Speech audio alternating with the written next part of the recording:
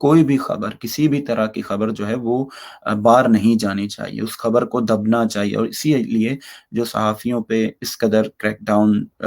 کیا جاتا ہے۔ تو جیسا کہ بلوچستان میں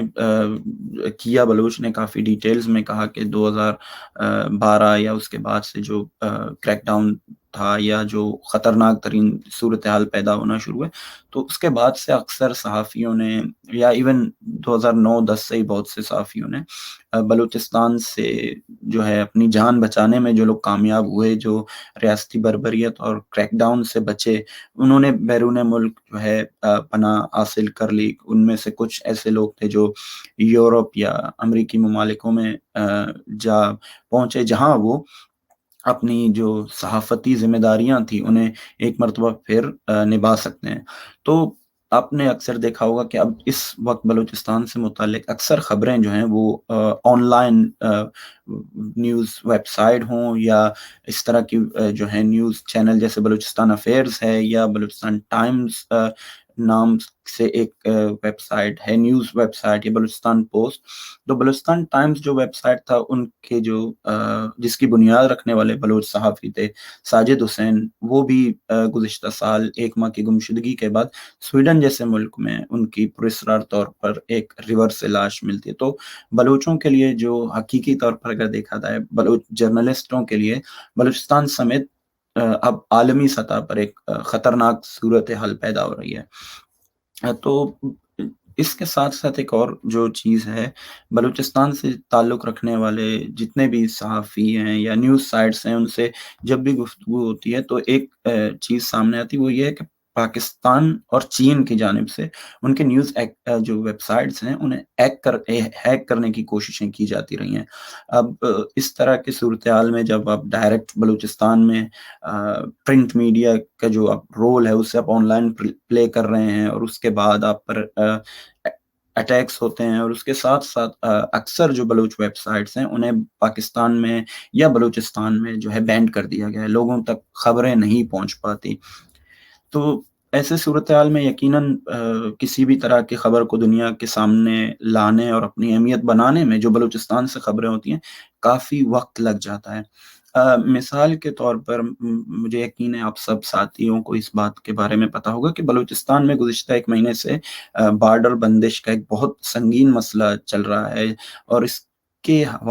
کی وجہ سے 4 لوگ بھوک اور پیاس سے مر چکے ہیں، جو لوگوں کو بارڈر پہ روکے رکھا تھا اور انہیں جو ہے وہاں سے گزرنے نہیں دیا جا رہا تھا۔ لیکن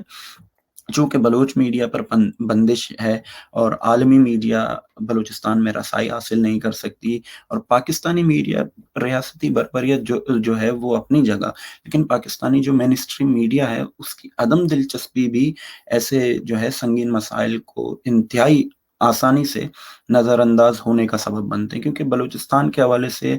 اکثر رپورٹ اس وقت آتے ہیں جب مسائل کے حوالے سے سرکاری بیانیہ سامنے آتا ہے۔ اس سے پہلے کوشش یہ ہوتی ہے کہ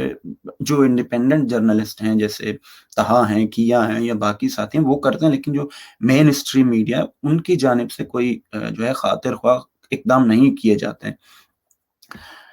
تو جیسا کہ میں کہہ رہا تھا، بلوچستان کے حوالے سے رپورٹنگ کرنے کے سنگین نتائج کے سبب بہت سے صحافی اور صحافتی ادارے بلوچستان کے مسائل کو درگزر کرنے میں ہی اپنی بہتری جانتے ہیں۔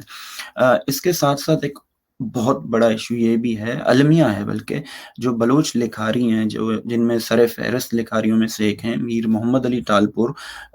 ان کی تحریروں کو جو ہے پاکستان میں ان میڈیا آؤٹ لیٹس کی جانب سے چھاپنے سے معذرت کیا جاتا ہے جو خود کو جو ہے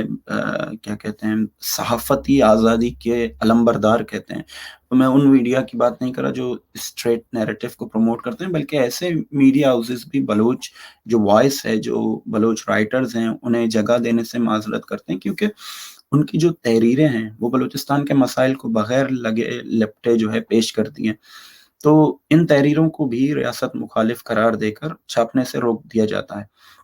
تو میں اپنی باتوں کو جو ہے وائنڈ اپ کرتے ہوئے کہوں گا کہ آج بلوچستان میں جاری جو مظالم جس پر پاکستانی صحافی برادری کی خاموشی اور دوسری جانب یہ دعویٰ کرنا کہ وہ آزادی صحافت کے لیے جدوجہد کرنے اور سچائی کو عوام تک پہنچانے کی خاطر جدوجہد کرتے ہیں، یہ ماں سوائے ایک ڈھونگ اور اپنے آپ کو دھوکے میں رکھنے کے سوائے اور کچھ بھی نہیں ہے۔ تو اپنی باتوں کا اختتام پاکستانی صحافتی برادری کے نام جناب خورشید احمد ملک کے ان اشعار سے کروں گا کہ موسم گل یہ تیری زرد صحافت کیسی، پھول معصوم ہیں پھولوں سے سیاست کیسی۔ شکریہ۔